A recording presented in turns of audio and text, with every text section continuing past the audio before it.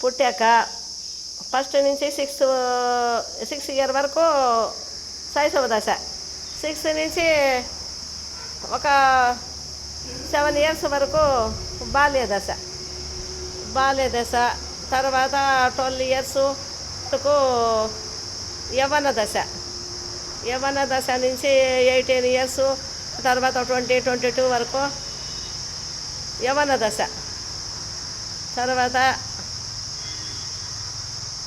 తర్వాత కూడా యవ్వన దశ.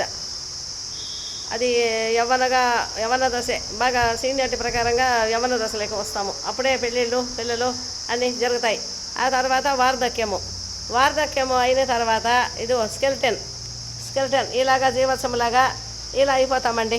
అందుకే మంచి మానవత్వంతో దయతోటి మంచి పనులు చేసి భగవంతుడి దృష్టికి మనం వెళ్ళాలా. మంచి పనులు చేసి మంచి జీవితం అనేది సంపాదించుకోవాలి.